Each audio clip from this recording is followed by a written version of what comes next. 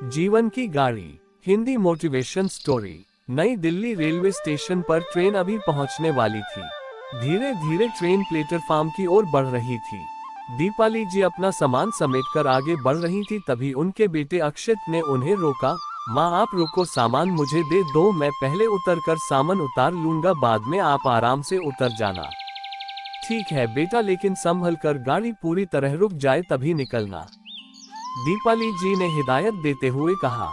गाड़ी स्टेशन पर पहुंचती उससे पहले ही 3-4 कुली जबरदस्ती डिब्बे में चढ़ गए और अक्षित और दूसरी सवारियों से पूछने लगे, साहब आपका सामान उठा लूं?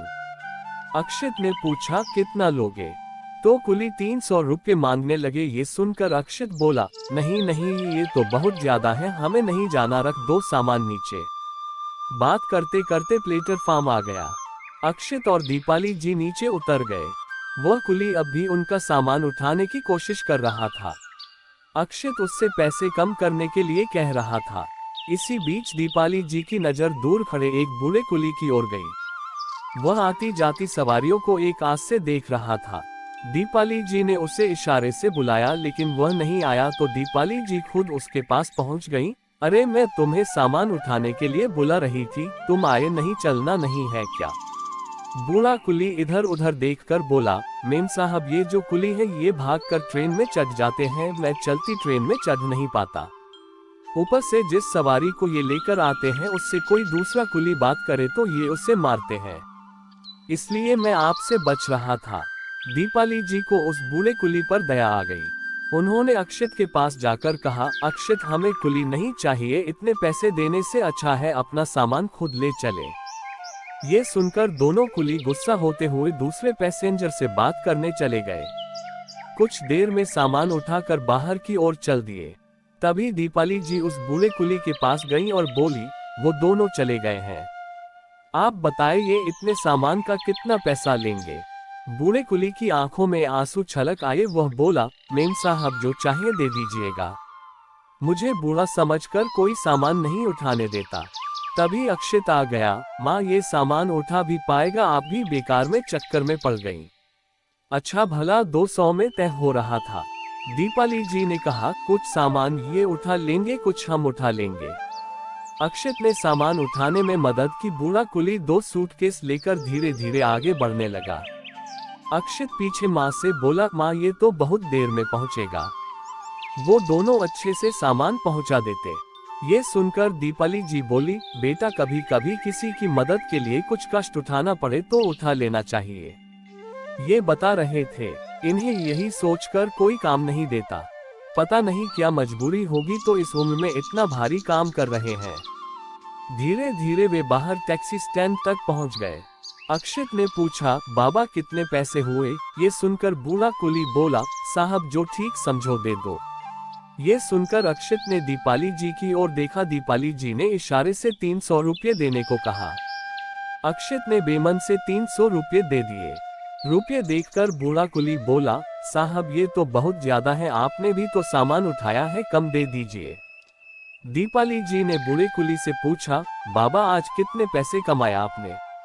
तब बूढ़ा कुली बोला, मेम साहब बस एक ही सवारी मिली थी, 100 रुपये कमाए हैं।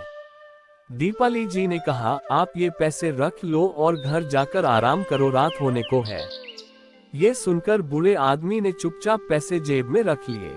दीपाली जी ने फिर पूछा, आप इतना भारी काम करते हैं, आपके बेटे काम नहीं करते?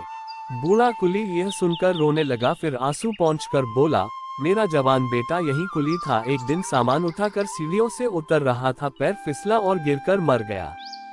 अब मैं और मेरी पत्नी यही स्टेशन के पीछे झुग्गी में रहते हैं। वो घरों में काम करके कुछ कमा लेती है, मैं यहाँ बैठा रहता हूँ। कभी कभी आप जैसे लोग तरस खाकर कुछ काम दे देते हैं, नहीं तो खाली बैठकर घर चला जाता हूँ। बूढ़े कुली की बात सुनकर अक्षित और दीपाली जी दोनों आश्चर्यचकित रह गए। वह बूढ़ा कुली अपने आंसू पोंछते हुए हाथ जोड़कर धन्यवाद कर धीरे धीरे स्टेशन के पीछे बनी झुग्गियों की ओर चलने लगा। कैब में बैठे बैठे अक्षित और दीपाली जी दोनों अपने अपने विचारों में खोए थे। घर पहुंचकर अक्षित ने बोला, माँ आप सही कह रही थी, हमें ऐसे लोगों की मदद करनी चाहिए।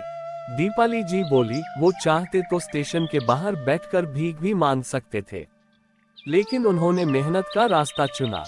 मैंने उनकी हालत देखकर ही तुम्हें 300 रुपये देने के लिए कहा था। तुम्हारे और हमारे लिए 500 रुपये का मतलब एक पिज्जा हो सकता है, लेकिन एक बेसहारा बूढ़े माता पिता के लिए वो 500 रुपये 3 दिन का भोजन हो सकते हैं। मैं कहीं भी सामान खरीदती हूँ तो ये ध्यान देती हूँ कि ऐसे व्यक्ति से लूं जो मजबूर हो, और मैं मोल भाव भी नहीं करती। माँ की बातें सुन और उस बूढ़े आदमी की मजबूरी जानकर अक्षित की आंखें भी नम हो गई थी। उसने कहा, माँ, जब इनके हाथ पैर नहीं चलेंगे तब क्या होगा? दीपाली जी ने समझाते हुए कहा, बेटा, वो तो पता नहीं, लेकिन ईश्वर सबका ध्यान रखता है। हम जरा से दुख में दुखी हो जाते हैं। इनके तो पूरे जीवन से सुख ही चला गया। जवान बेटे को कंधा देना और फिर जीवन की गाड़ी को ढोना कितना मुश्किल है। अक्षित का जीवन को देखने का नजरिया ही बदल गया। अब उसे पैसे उड़ाना फिजूल लगने लगा। वह दूसरों की मदद करता, सबसे प्यार से बात करता था। तो दोस्तों, अगर आपको ये कहानी अच्छी लगी तो हमारे चैनल को सब्सक्राइब करें।